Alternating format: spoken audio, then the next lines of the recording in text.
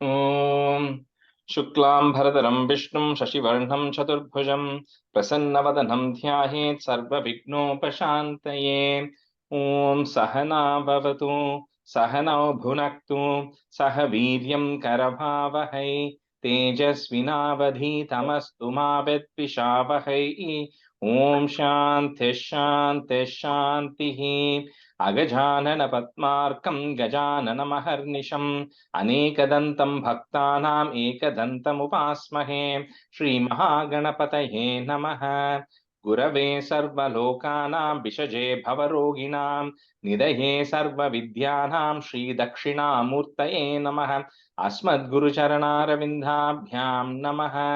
वसुदेवसुतं देवं कंसचाणूरमर्दनं देवकी परमानन्दं कृष्णं वन्दे जगद्गुरुं। ज्ञानानन्दमयं देवं निर्मलस्फटिकाकृतिम् आधारं सर्वविद्यानां श्रीहयग्रीवमुपास्महे। श्रीहयग्रीवमूर्तये नमः। सरस्वती नमस्तुभ्यं वरदे कामरूपिणि विद्यारम्भं करिष्यामि सिद्धिर्भवतु मे सदा। श्रीमहासरस्वत्यै नमः। उमाकोमलहस्ताब्जसम्भावितललाटकं हिरण्यकुण्डलं वन्दे कुमारं पुष्करस्रजं।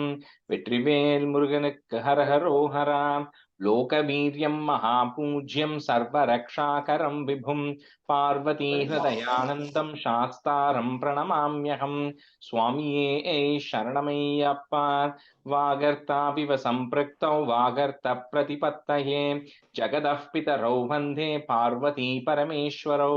ஸ்ரீ பார்வதி பரமேஸ்வராभ्यां நமः. कोमलं कूजयन् वेणुं श्यामलोऽयं कुमारकः वेदवेद्यं परब्रह्मा तस्मै श्रीगुरवे नमः। अस्मद्गुरुचरणारविन्दाभ्यां नमः। श्रीकृष्ण गोविन्द हरे मुरारे श्रीनाथ नारायण वासुदेव। श्रीकृष्ण गोविन्द हरे मुरारे श्रीनाथ नारायण वासुदेव। श्रीकृष्ण गोविन्द हरे मुरारे श्रीनाथ नारायण वासुदेव।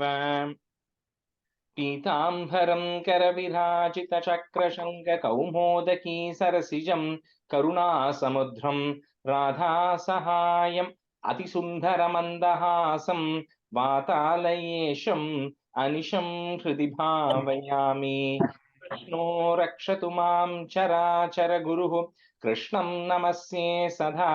कृष्णेनैव सुरक्षितोऽहमसकृत् कृष्णाय दत्तं मनः। कृष्णादेव समुद्भवो मम विभो कृष्णस्य दासोऽस्म्यहं। कृष्णे भक्तिरचञ्चलास्तु भगवन् हे कृष्ण तुभ्यं नमः। श्रीगुरुवायूरप्पा शरणं नम्राणां सन्निधत्ते सततमपि पुरस्तैरणभ्यर्थितानपि अर्थान् कामानजस्रं वितरति परमानन्दसान्द्रां गतिं च।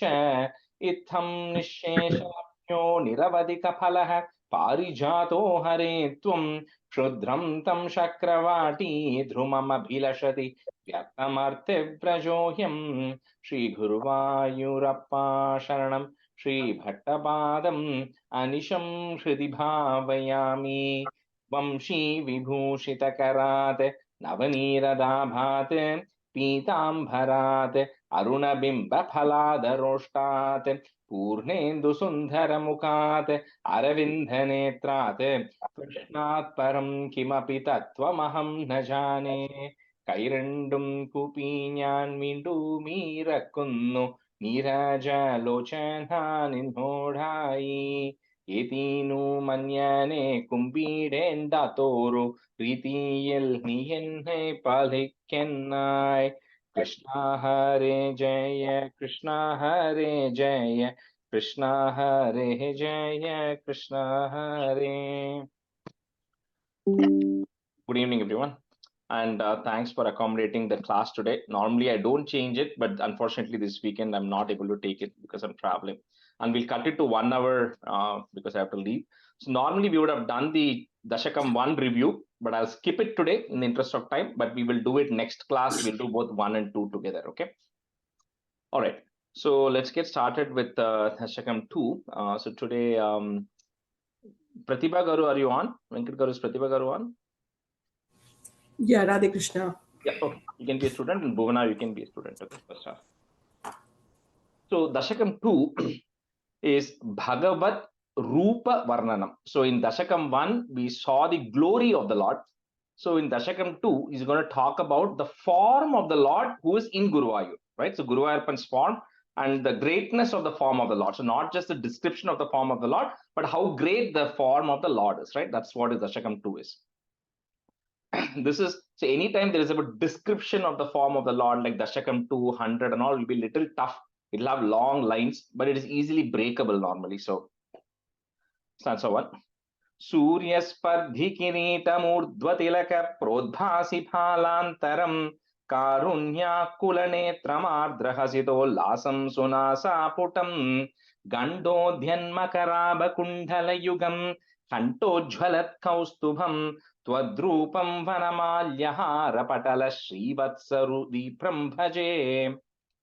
So very beautiful. It describes from the top, right? It says that it starts with the crown. Say the crown that you are wearing is Surya Spardi Kirit Koti Tilak. It's like about the thousands of sun rays that reveals in the brilliance of that much rays of sun. That is of your crown is. Then you come down. When you come to the face, the face has a urdhva tilaka. The tilakam that the Lord is wearing is going upright. And in 100th Dashakam, Bhattaripad will describe that even that Urdhva Tilakam is so thin as if it is the 5th day moon. That's how it describes in the 100th Dashakam. Because in the 5th day moon, it will be a sliver of the moon, but it is very bright. So it's a very bright white colored Tilakam, which is actually going bottom to top, right? And your eyes, when you come down, your eyes is Karunya Kulanetram. It's not like Narasimha Avataram, where the moment you look at the eyes, there's a terror which is actually coming in Narasimha Avataram. But here, this eyes is very merciful, is very peaceful. So whoever is looking at it, it is actually showering the peace and blessings on whoever is looking at your eyes. Next is Hasitol Lasam, the photo, your face is a very smiling, charming face. So like we said, each avataram is going to be different, but this Guruvayurappa, this form of yours is a very smiling face, is very pleasant face to actually be able to see. And then Nasa put up, so in a well-shaped nose and everything, right? And then the cheeks are shining such that the kundalam that you're wearing in both your ears, which are fish-shaped pendants, right? So the fish-shaped pendants which are in both your ears, those are reflecting in your cheeks. So that is how shining your cheeks are, that I can see the reflection of this kundalam in your cheeks. And then Kanto Jhalat Kaustubham. So in your neck, you are wearing the Kaustuba jewel, which is actually also shining in color. Then, of course, Vanamala, the chest, you are wearing the garland of forest flowers, which is the Vanamala. And, of course, Srivatsa Dhipram Bhaje. Then your chest has the Srivatsa mark. So we'll see how the Srivatsa mark comes about in Dashakam 89. But anyway, so that is the form of the Lord that is beginning to describe. So Surya Spardhi Kiritam Urdhva Tilaka Prodbhasi Phalantaram. And then a comma. So that line is continuous. Karunyakula Netram Ardra Hasitollasam Sunasaputam. Sunasaputam. That line is also continuous, no pause in between.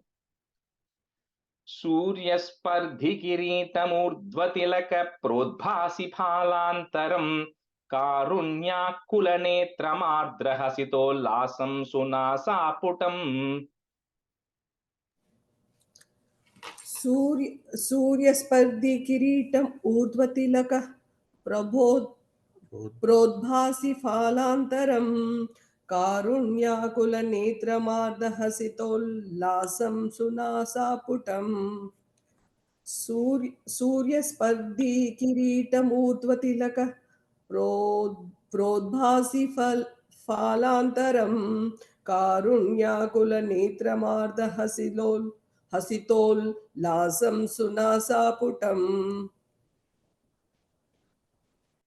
सूर्यस्पर्धिकिरीटमूर्ध्वतिलक प्रोद्भासि फालान्तरं कारुण्याकुलनेत्रमार्द्रहसितोल्लासं सुनासापुटम् सूर्यस्पर्धिकिरीटमूर्ध्वतिलक प्रोद्भासि फालान्तरम् कारुण्याकुलनेत्रमार्द्र हसितोल्लासं सुनासापुटम् गण्डोद्यन् मकराभ कुण्डल युगम कण्ठोज्ज्वलत् कौस्तुभम त्वद्रूपं वनमाल्य हार पटल श्रीवत्स दीप्रं भजे.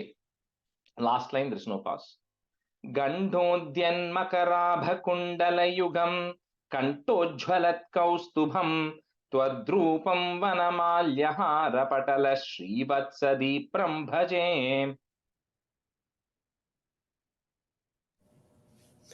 गण्डोद्यन्मकराभकुण्डलयुगं कण्ठोज्ज्वलत्कौस्तुभं त्वद्रूपं वनमाल्यहारपटल श्रीवत्सदीप्तं भजे. दीप्रं भजे. दीप्तं गण्डोद्यन्मकराभकुण्डलयुगं कण्ठोज्ज्वलत्कौस्तुभं त्वद्रूपं वनमाल्यहारपटल श्रीवत्सदीप्तं भजे. दीप्रं भजे.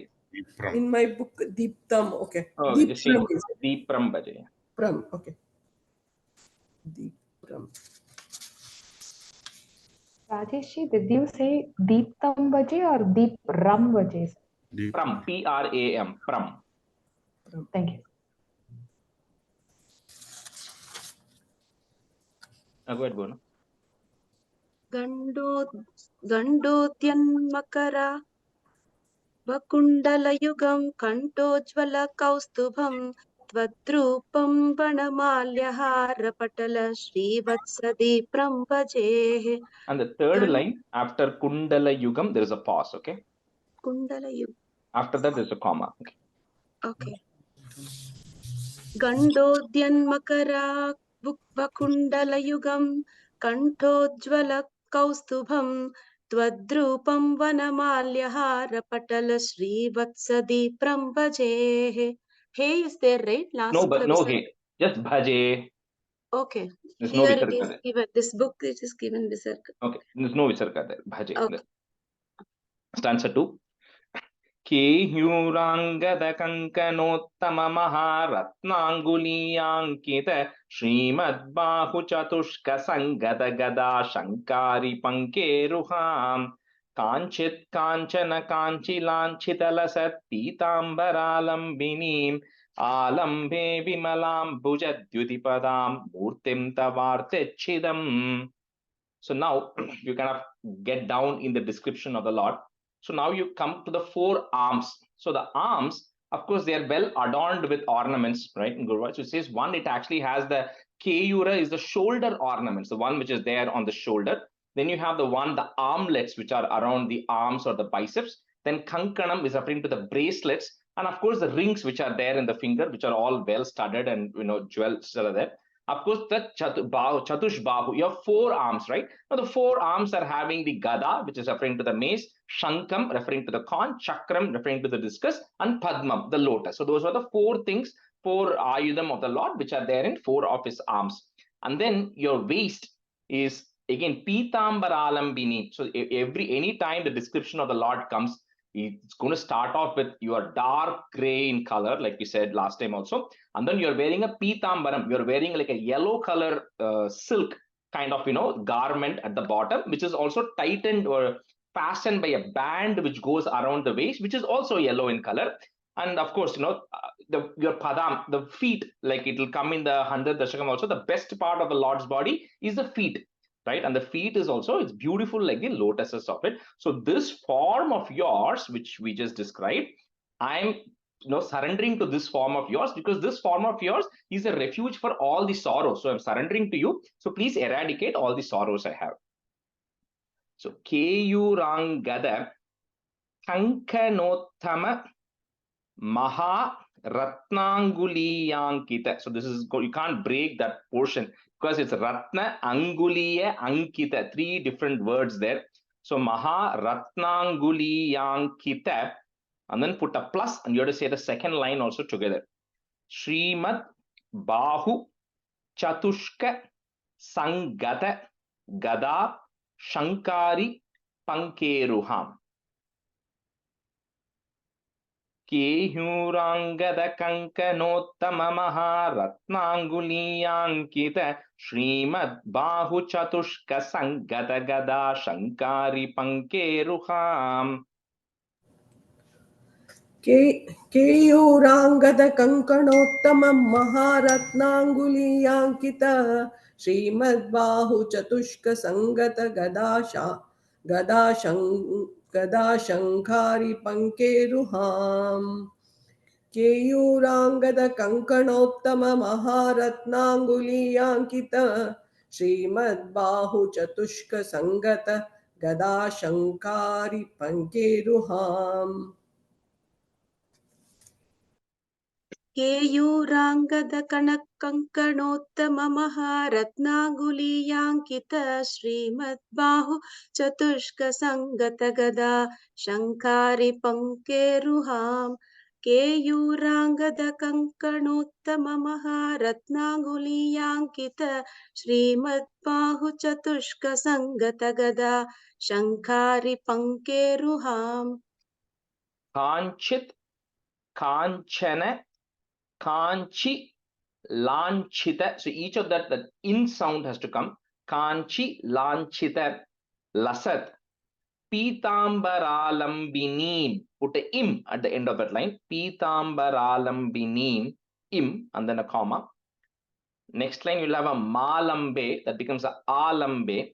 So alambe Vimalam Bhuja Dyuti Padam Murtim. Some books have a Murti. If you have a Murti, put a im there. Murtim Tavarte Chidam.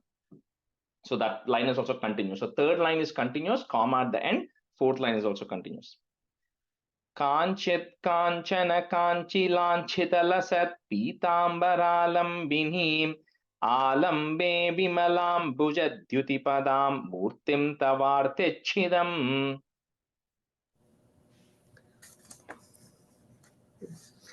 काञ्चित् काञ्चन काञ्चिलाञ्चित लसत् पीताम्बरालम्बिनीम् आलम्बे विमलाम्बुज द्युतिपदां मूर्तिं तवार्तिच्छिदम् काञ्चित् काञ्चन काञ्चिलाञ्चित लसत् पीताम्बरालम्बिनीम् आलम्बे विमलाम्बुज द्युतिपदां मूर्तिं तवार्तिच्छिदम् काञ्चित् काञ्चन काञ्चिलाञ्चितलसत् पीताम्बरालम्बिनीम् आलम्बे विमलाम्बुजद्युतिपदां मूर्तिं तवार्तिच्छिदम् काञ्चित् काञ्चन काञ्चिलाञ्चितलसत् पीताम्बरालम्बिनीम् आलम्बे विमलाम्बुजद्युतिपदां मूर्तिं तवार्तिच्छिदम्. That's a 3. Yatrailokyamahiyyasopi mahitam sammohanam mohanat kantam kanti nidhanatopi madhuram madhurya durgyadapi saundaryotaratopi sundharataram twadrupamaschargyatopyascharhyam bhuvanena kasya kutukam pushnati vishno vibho. So this form that we discussed earlier, right? So he says this form is so beautiful that who in this world will not be, enchanted by that? Who in this world will not be attracted by this form of yours? And it's going to give some more examples of that thing later. But anyway, it says, of course, when you're describing the Lord's form, and this will come even in later chapters, is you'll have to always say there's nothing that's comparable, right? So it kind of says that this is, Mahiyasopi Mahidam. So it's kind of the most glorious than anything else I can actually think of. Mohanam is generally like charming. So it's more charming than the most charming thing you can think of. So comparative, right? The best thing you can think of. Similarly, Madhuram, it is extremely sweet form of yours that anybody will fall in love with that form of yours. So it's very sweet, Madhuryam. And, Sundarataram, right? It's also the most beautiful form. Right, the Krishna form, we all look at it, everybody falls in love with that form. It is a very beautiful form you have. So no wonder that this form of yours is also really great, that people fall in love with just a form of yours, which is incomparable to anything else in this world. So, yet, Trailokya Mahiyasopi Mahitam, comma, Sammohanam Mohanat, comma, Kantam Kanti Nidhanatopi, and then a comma again, Madhuram Madhurya Dhuryadapi. So each of those are the short P's, okay? Yatrailokya Mahiyasopi Mahitam Sammohanam Mohanat Kantam Kanti Nidanatopi Madhuram Madhurya Dhuryadapi. यत्रैलोक्यमहीयसोऽपि महितं सम्मोहनं मोहनात् कान्तं कान्तिनिधानतोऽपि मधुरं माधुर्यदुर्यादपि यत्रैलोक्यमहीयसोऽपि महितं सम्मोहनं मोहनात् कान्तं कान्तिनिधानतोऽपि मधुरं माधुर्यदुर्यादपि. Second line, that Kanti Nidhanatopi, and then there is a pause, okay? Then Madhuram Madhurya Dhuryadapi. Okay. यत्रैलोक्यमहीयसोऽपि महितं सम्मोहनं मोहनात् कान्तं कान्तिनिधानतोऽपि मधुरं माधुर्यधुर्यादपि यत्रैलोक्यमहीयसोऽपि महितं सम्मोहनं मोहनात् कान्तं कान्तिनिधानतोऽपि मधुरं माधुर्यधुर्यादपि Saundaryottaratopi Sundarataram, comma, Twadrupam Ascharyato-pyascharyam. So it is Ascharyato api Ascharyam. That's what the word is. But because of the sandhi, it will get joined. So you have to put a plus at the end of the third line. So it becomes Twadrupam Ascharyato-pyascharyam. And then a comma. Bhuvane na kasya kutukam pushnati Vishno Vibho. Saundharyottaratopi sundarataram Twadrupamascharyato-pyascharyam Bhuvane na kasya kutukam pushnati Vishno Vibho.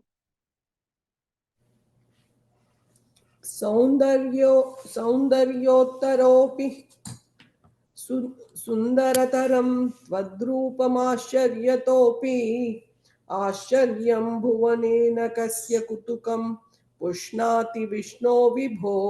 So, Pratibha Garu, so if you have that Ascharyato api Ascharyam, the sandhi will get joined, so you cannot say it that way.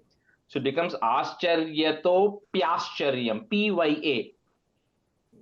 आश्चर्यतोऽपि आश्चर्यम्. No, Ascharyato api Ascharyam is a word, but Right. you cannot say it that way because the api and Ascharyam will get merged into Pyascharyam.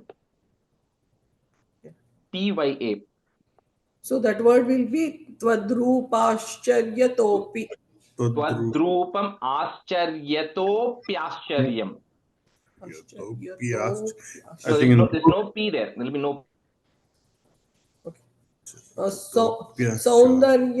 सौन्दर्योत्तरतोऽपि सुन्दरतरं त्वद्रूपाश्चर्यतोऽपि. There's no P there. You have to change it. So you have to remove the P out.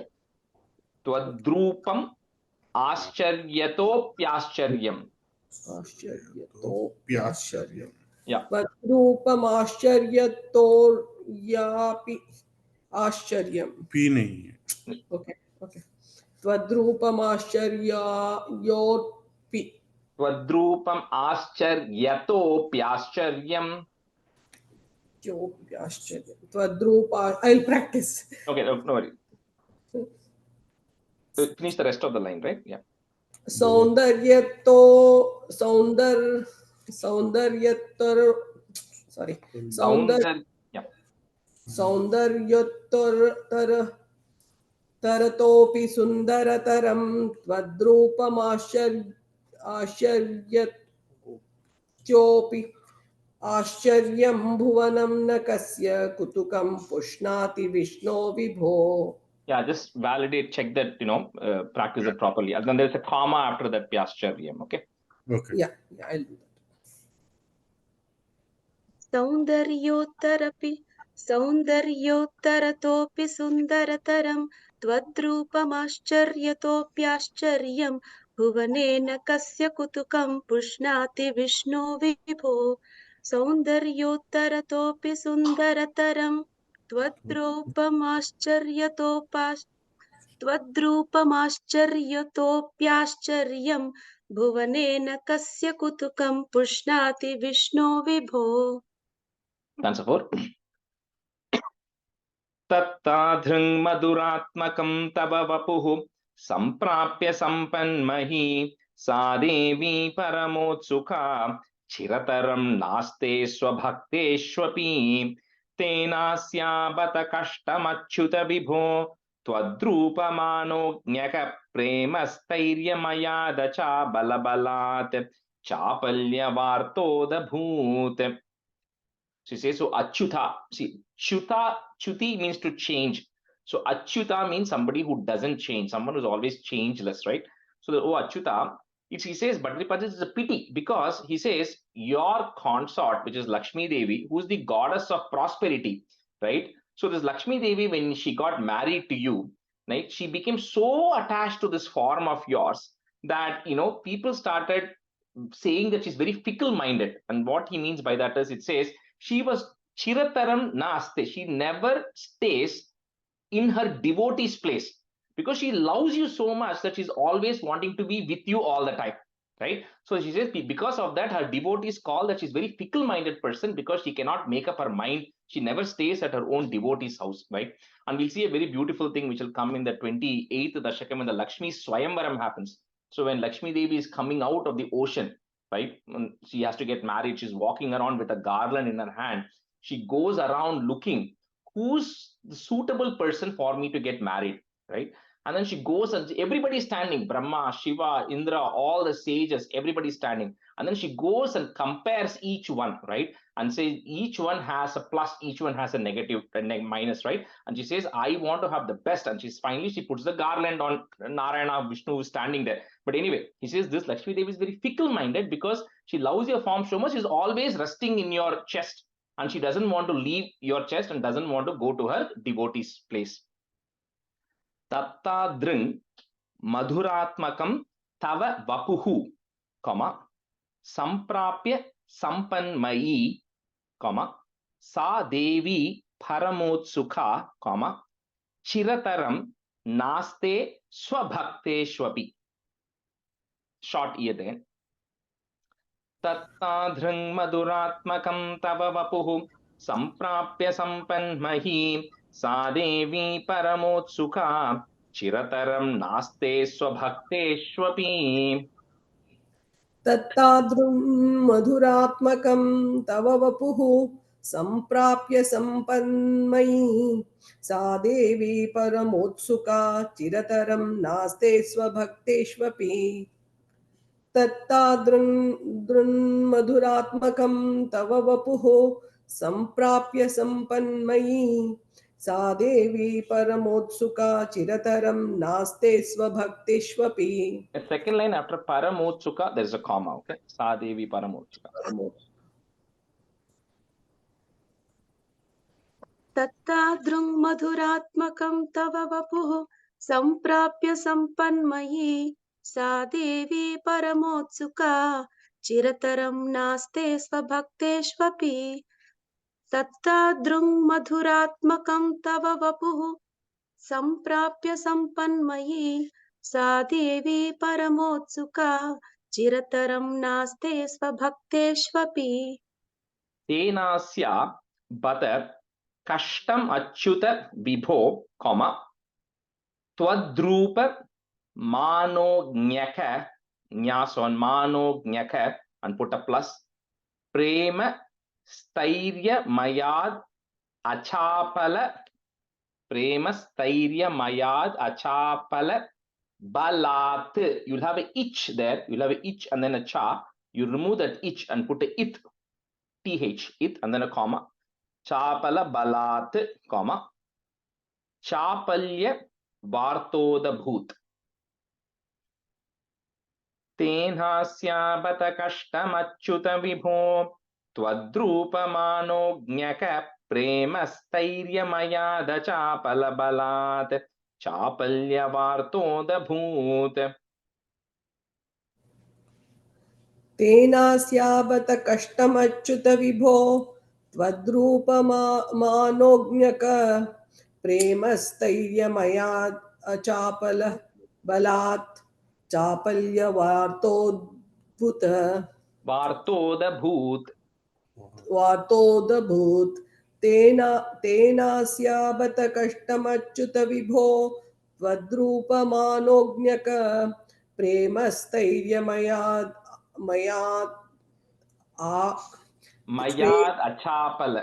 मयात् प्रेमस्थैर्यमयात् आचापल बलात् चापल्यवार्तोद्भुत Vartodabhut. वार्तो maybe I think my book has that चापल्यवार्तोद्भूत Yeah. तेनास्याबत कष्टमच्युत विभो त्वद्रूपमानोज्ञक प्रेमस्थैर्यमयाद चापलबलात् चापल्यवार्तोदभूत् तेनास्याबत कष्टमच्युत विभो त्वद्रूपमानोज्ञक प्रेमस्थैर्यमयाद चापलबलात् चापल्यवार्तोदभूत्. Yep, sounds right. We'll just switch because we're halfway through. Shashi Garu, can you be a student? And Malini, can you be a student? Sure. Stands up, right? Lakshmi Stavakaramaniya Kahritai Vehyam Pareshwastireti Asminnanyadapi Pramana Madhuna Vakshyami Lakshmi Pate Etwadhyana Gunanu Kirtana Rasa Saktahi Bhakta Janaha Teshvesha Vasati Stiraiva Daita Prastava Dattadhara. So he continues in the previous thing to say that Lakshmi Devi is very fickle-minded because she doesn't go stay, in the house of her devotees or with her devotees because she's so enamored by your form. He says, I'll give you another proof of it. He says, even if you don't pray to Lakshmi Devi, she says, she'll permanently stay in the place of people who are praying you or praising you because she loves to hear about the greatness of Lord Narayana. So whoever is singing the greatness of Lord Narayana, Lakshmi Devi decides that's where I want to be. So you don't even have to, he says, you don't even have to pray to Lakshmi Devi because you're always there in people's house who are praying to Lord Narayana. He says that is another proof because of which, because she's so much in love with you, she's always with you. So he says, just pray to Narayana, Lakshmi Devi will automatically come. I think that's what we saw in that Namranam Sannidatte, if you remember that stanza, we said, why go for the Kalpa Vriksha fruit where you're asking for things, you pray to Narayana, you'll get that and you'll get way more than that, but more importantly, you'll get liberation. But he says automatically things will come. So that's what he's comparing here again about talking about Lakshmi Devi. Lakshmi's Thavaka Ramaniya Kahritai Veyam Pareshwastireti. So put a ti at the end of that line. Pareshwastireti and a comma. If you have a thya there, then that will become a. Asmin nanyadapi. Start with the asmin nanyadapi pramana madhuna, comma. Vakshyami Lakshmi Pate. Lakshmi Stavakaramaniya Kahritai Vehyam Pareshwastireti Asminnanyadape Pramana Madhuna Vakshyami Lakshmi Pate. Lakshmi स्थावकरामणीयकहृदैवेयं परेष्वस्थिरेति अस्मिन्नन्यदपि प्रमाणमधुना वक्ष्यामि लक्ष्मीपते लक्ष्मी स्थावकरामणीयकहृदैवेयं परेष्वस्थिरेति अस्मिन्नन्यदपि प्रमाणमधुना वक्ष्यामि लक्ष्मीपते लक्ष्मी स्थावकरामणी रामणीयकहृतैवयं परेष्वस्तिरेथि अस्मिन्नन्यदपि प्रमाणमधुना वक्ष्यामि लक्ष्मीपते लक्ष्मीस्तावकरामणीयकहृतैवेयं परेष्वस्तिरेथि अस्मिन्नन्यदपि प्रमाणमधुना वक्ष्यामि लक्ष्मीपते ये त्वद् ध्यान गुणानु कीर्तन रसा sakta hi bhakta janaha. So put a visarga at the end of that line and comma janaha. Next line, if we have a is, that goes away. Teshvesha vasati stiraiva, comma daita prastava dattadara. Etwadhyana gunanu kirtana rasa sakta hi bhakta janaha teshvesha vasati stiraiva daita prastava dattadara.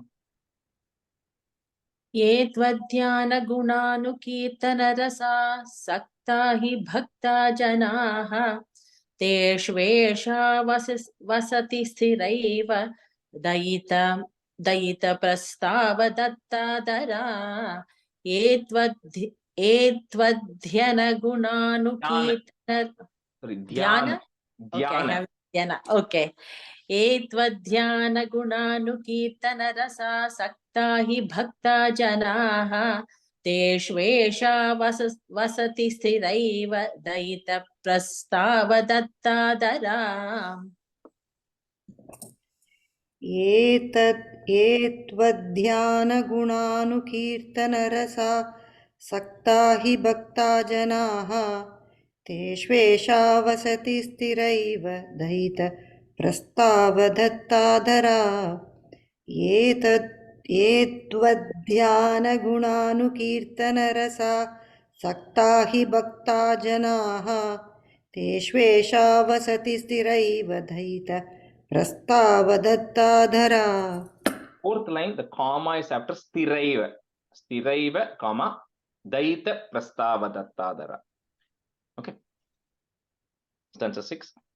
Evam bhuta manojñata navasudha nishyanda sandohanam twadrupam parachidrasayanam chetoharam shrinvatam sadyah prerayate matim madayate romanchayatyangakam vyasinchatyapishita bhashpa visaraihi anandamurchodbhavaihi. So this again continuing, the form of the Lord, because this chapter is all about how great the form of the Lord is. It says it is like Navasudha. It's as if it is always emitting pure nectar. It's so nice for your eyes, or so even for the taste and ears and everything. There is always like pure nectar which is coming all the time. And of course, you are nothing but para chidra sayanamaya. We already seen that before. You like take the entire supreme consciousness, the happiness, the bliss that we spoke about, you condense that supreme bliss and then you give it a form. It is that form. So it's always, pure. It's like always happy, and it's pure nectar which is coming out of that. And of course, like the people who are worshipping this form of yours, it says their minds are filled with joy. They're always happy to the extent, right? And this will also come later about how the devotion comes, because here he's saying that the form of yours, just by looking at it, I'll fall in love with it. Because of it, I get more devotion. And the devotion has to be such that, he says, I get horripilation all over my body. Like in Tamil, they say pullarikkiradu, right? For those who know that. So it says, I get horripilation all over my body. And then I am in a state of ecstasy and I'm having tears of joy. That is the amount of devotion it says you need to have, right? And, and that will come later when you kind of define what is devotion, right? How much devotion you need to have. It says, when you worship the Lord, you should have tears coming out of your eyes, because it's joyful tears, because you are in that level of bliss, right? And you have horripilation, your hair should stand on your body, right? He says that is possible because your form is like that. So by looking at that form and meditating on that form, I will get that feeling. So that is the greatness of your form. So evam bhuta manojñata nava sudha nishyanda sandohanam comma, Twadrupam Parachidrasayenamayam, comma, Chetoharam Shinvatam. Evam Bhuta Manojñata Navasudha Nishyanda Sandohanam Twadrupam Parachidrasayenamayam Chetoharam Shinvatam. एवं भूतमनोज्ञतानवसुधा निष्यन्त सन्दोहनम् त्वद्रूपं परचिद्रसायनमयं चेतोहरं शृण्वताम् एवं भूतमनोज्ञतानवसुधा निष्यन्त सन्दोहनम् त्वद्रूपं परचिद्रसायनमयं चेतोहरं शृण्वताम् एवं भूतमनोज्ञता नवसुधा निष्यन्दसन्दोहनं त्वद्रूपं परचिद्रसायनमयं चेतोहरं शृण्वताम् एवं भूतमनोज्ञता नवसुधा निष्यन्तसन्दोहनं त्वद्रूपं परचिद्रसायमनं चेतोहरं Shunvatam. Malini, in the second line, Parachidrasayenamayam. Okay. Parachidrasayenamayam. Yeah. Chetoharam Shunvatam. Sadhyaha, put a F. Sadhyaf prerayate matim madayate, comma, Romancha yatyangakam. So, angam, the body part. So, Romancha yatyangakam, comma, Vyasin chatyapi Shita Bashpa Visaraihi. So the Ra that is coming after the Rai, you remove that Ra, put a Visarga, comma, Visaraihi, comma. Next word starts with the A. Ananda Murchodbhavaihi. Sadyaf Prerayate Matim Madayate Romanchayatyangakam Vyasin Chatyapi Shita Bashpa Visaraihi. Ananda Murchodbhavaihi.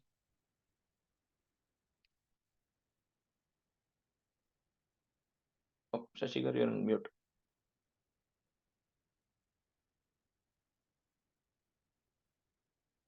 Malini, Niga Pongo. I think she comes.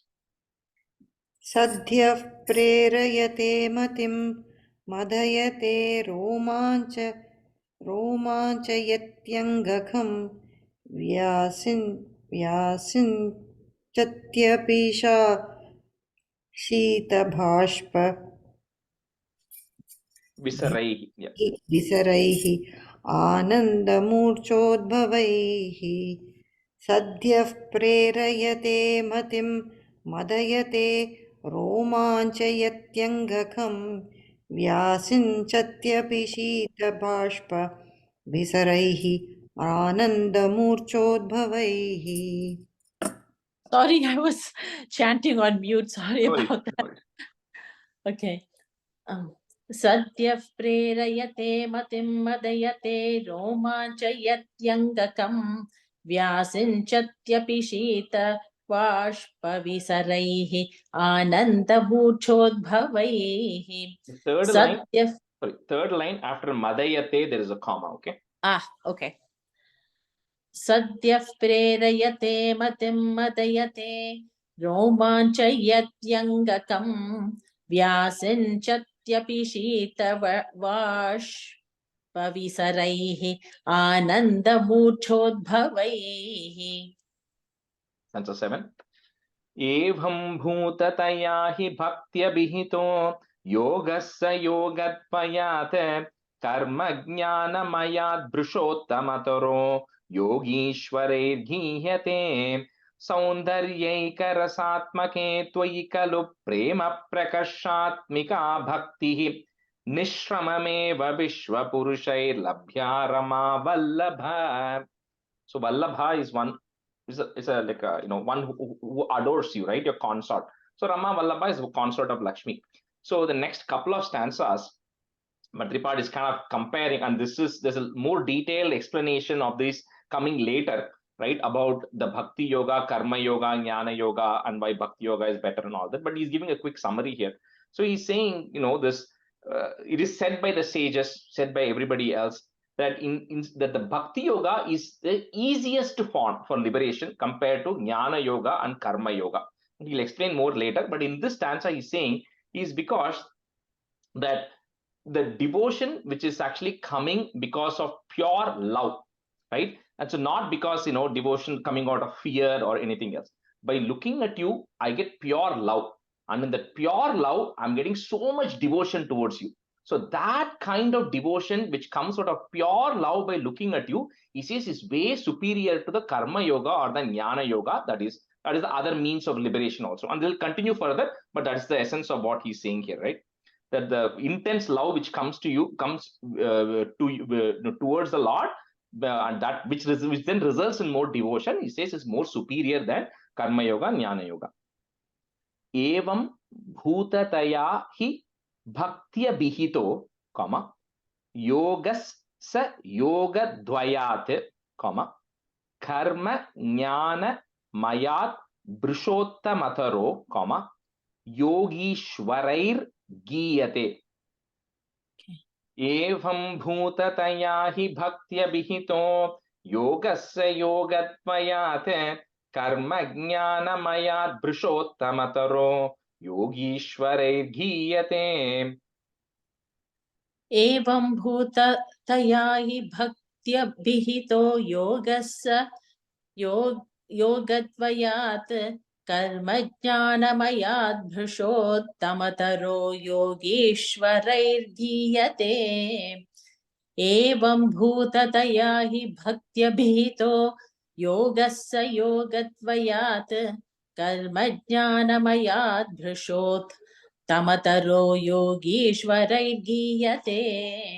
Second line after the tamataro, there is a comma there. Okay. Thank you. एवं भूततया हि भक्त्यभिहितो योगस्य योगद्वयात् कर्मज्ञानमयात् भृशोत्तमतरो योगीश्वरैर्गीयते. एवं भूततया हि भक्त्यभिहितो योगस्य योगद्वयात् कर्म ज्ञानमयात् भृशोत्तमतरो योगीश्वरैर्गीयते. There is a yogishwarair, there is a ir sound, okay? Yogishwarair giyate. योगीश्वरैर्गीयते. Saundaryaika rasatmake tvai khalu prema prakarshatmika, put a plus. Prakarshatmika bhaktihi. So put a visarga and a comma there. So the bhaktihi comes along with that, bhaktihi, comma. Next, on top of the ni, there is a ir in Sanskrit. So you remove that. Nishramameva vishwa purushair labhya rama vallabha. So nishrama means something which is like the devotion has to come without any effort. If you're putting effort, that means you have not reached that point yet. It should come naturally, he says. You have to reach that point, right? Of course, not everybody is going to start there. This is you reach a point where nishramameva, without any effort, you should have devotion to the Lord, right? Saundharyaika rasatmake tvai khalu prema prakarshatmika bhaktihi nishramameva vishwapurushair labhya rama vallabha. सौन्दर्यैकरसात्मके त्वयि खलु प्रेम प्रकर्षात्मिका भक्तिः निश्रममेव विश्वपुरुषैर्लभ्या रमावल्लभ. Is there a comma after labhya? No. So that line is together. That whole line. Nishramameva vishwapurushair labhya rama vallabha. Okay. सौन्दर्यैकरसात्मके त्वयि खलु प्रेम प्रकर्षात्मिका भक्तिः निश्राममेव विश्वपुरुषैर्लभ्या रमावल्लभ. Is it nishramame or nishramame? Nihi shramameva are the two words. And the visargaku you put a ish to join. So nish shramameva. So without shramam. Okay. सौन्दर्यैकरसात्मके त्वयि खलु प्रेमप्रकर्षात्मिका भक्तिः निःश्रममे विश्वपुरुषैर्लभ्या रमावल्लभ. I think on the Nishramameva, you missed that va there. That's why it didn't land. निःश्रममेव विश्वपुरुषैर्लभ्या रमावल्लभ. सौन्दर्यैकरसात्मके त्वयि खलु प्रेमप्रकर्षात्मिका भक्तिः निःश्रममेव विश्वपुरुषैर्लभ्या रमावल्लभ. We'll do one more and we'll stop today. Nishkamam niyata swadharma charanam yat karma yogabhidam tadduretya phalam yadaupanishada jnanopalabhyam punah tattvam vyaktataya sudurgamataram chittasya tasmad vibho tvat prematmaka bhaktireva satatam swadhiyasi shreyasi. And continues to describe this karma yoga and jnana yoga, right? So this karma yoga, of course, a lot of you know Bhagavad Gita, you know the details of this, but what is kind of saying here is the karma yoga, it says you have to do everything, but not expect results, right? Which is extremely hard. Like on a daily basis, we have arguments in our house about who does the most work for the family, right? And it says nobody is thankful to it. So we all have the challenge, right? It's very difficult. And it's not just doing your housework. You have, as if you're born as a Brahmin, you have to do all the Vedas, you have to do all of those rituals, and you have to do all of those rituals not expecting anything in return. And then it even says, even the Vedas, while it on the surface it appears like you do this, you get the results. In actually, it is not. It is at the end of the day to get you closer to God. So but you have to understand that you should start doing all these things without expecting anything. And more important, even if you're doing good things, you build good karma. And if you build good karma, you still have to take birth again to enjoy that good karma, right? So that thing continues, the cycle continues. It's very difficult. The karma margam is extremely difficult. Then you talk about the jnana margam. Jnana margam is so abstract, right? If you talk about, all of us are one, it's the same thing that is there, no different than you, than me, versus any animal. Easy to explain, but if a snake comes, several of us get running. We don't wait and stand. The Paramatma, which is in the snake, is same as me. It's not going to do anything. We have not reached that state. Some people have reached that state, right? So I'm just saying, so it says the Jnana Margam is extremely difficult because the concept of Brahman is so difficult to grasp, right? And it says it is like, the example he talks about is when at the surface, things all look different.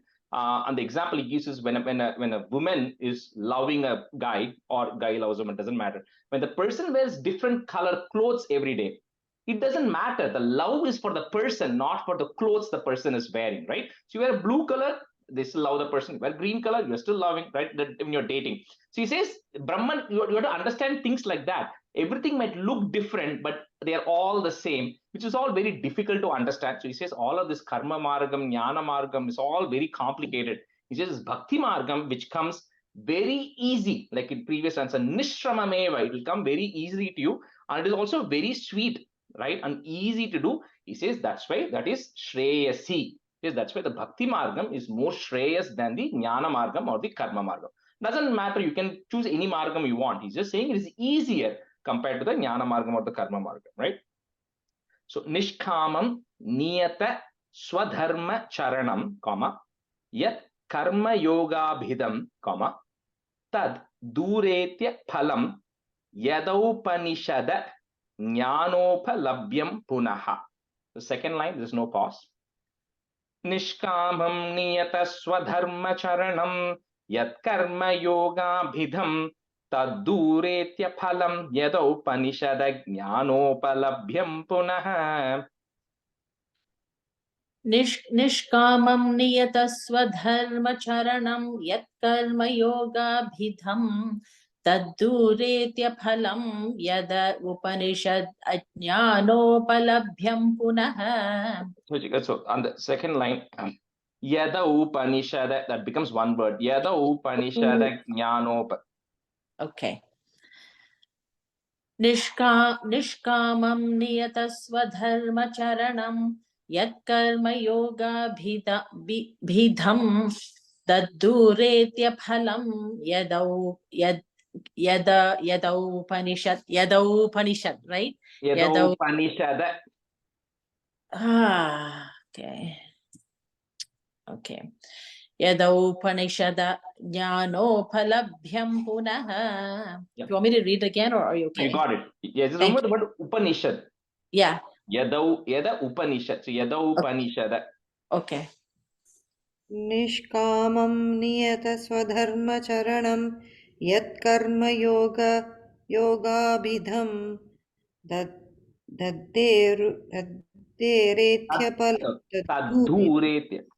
तद्धूरेत्यफलं यदौपनिषद ज्ञानोपलभ्यं पुनः निष्कामं नियतस्वधर्मचरणं यत्कर्मयोगाभिधं तद्धूरेत्यफलं यदौपनिषद ज्ञानोपलभ्यं पुनः Tattva Vyaktataya Sudurgamataram Chittasya Tasmad Vibho, Twat Prematmaka Bhaktireva, Satatam Swadiyasi Shreyasi.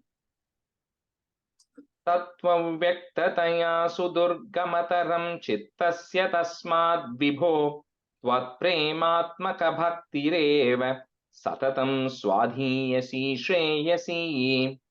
A quick question, is it Tattvam or Tattva? My book says only Tattva. Tattva Vyaktataya. Tattva, okay. Tattva vyaktataya sudurga mataram chittasya tasmat vibho tvat prematmaka bhaktireva satatam swadhiyasi shreyasi. Tattva vyaktataya sudurga mataram chittasya tasmat vibho tvat prematmaka bhaktireva tvat prematmaka bhaktireva satatam swadhiyasi shreyasi. Tattva Vyaktataya Sudurgamataram Chittasya Tasmat Vibho Tvat Prematmaka Bhaktireva Satatam Swadhiyasi Shreyasi. Magani, the comma is after Bhakti Reva in the fourth line. Oh, not after Satatam. Okay. Tattva Vyaktataya Sudhargamataram Chittasya Tasmat Vibho Tvat Prematmaka Bhaktireva Satatam Swadhiyasi Shreyasi. Krishnaya Parabrahmane Namaha. End the class here today. Sandhranandhavabodhatmakamanupamitam kaladheshavadibhyam nirmuktam nityamuktam nigamashatasahasrena nirbhasyamanam aspashtam drishtamatre punarurupurushartatmakam brahmatattvam tattavad bhati sakshat gurupavanapure hanta bhagyam jananam kahena vacha manasendriyirva बुद्ध्यात्मना वा प्रकृते स्वभावात् करोमि यत् सकलं परस्मै नारायणायेति समर्पयामि. Thank you, everybody. So, Thank you. If you learn these two chapters well, rest of the chapters will be relatively easy. Oh, wow. My question is, the reason we didn't chant the second verse, first verse is because we didn't finish second verse. So that's why you're still chanting the first verse, is it? Because I thought you said you'll chant always the first verse of the chapter we finished. No. Of the first chapter. Always only the first one. Always the first stanza of the first chapter. First chapter. I thought if you finish second, I thought you'll do the second. No. There's the first chapter's first stanza always at the end. Yeah. Thank you. Thank you. Thank you. So, Thank you very much. when will we have the practice session? I thought you guys had a practice session, right? Last time. Oh, I think the separate group of it. Yeah, A separate group please was log there. into that group and post on that so that we can discuss. Yes, Yes, myself and Maithili madam was doing it. 3 days we did, or 2 days we did it. Yeah, Okay. we're just keeping it flexible because Nobody else signed up. So if you sign up and you ask for some time, we just thought if there are 2 people who are interested, you can just sign. No, Okay. that's better, ma'am. Sure. Thank you. Thanks so much. I mean, if you can put that note there, if I have the time, I'll definitely join then. That's Okay. Sure. Thank you, everybody. Bye. Thank you.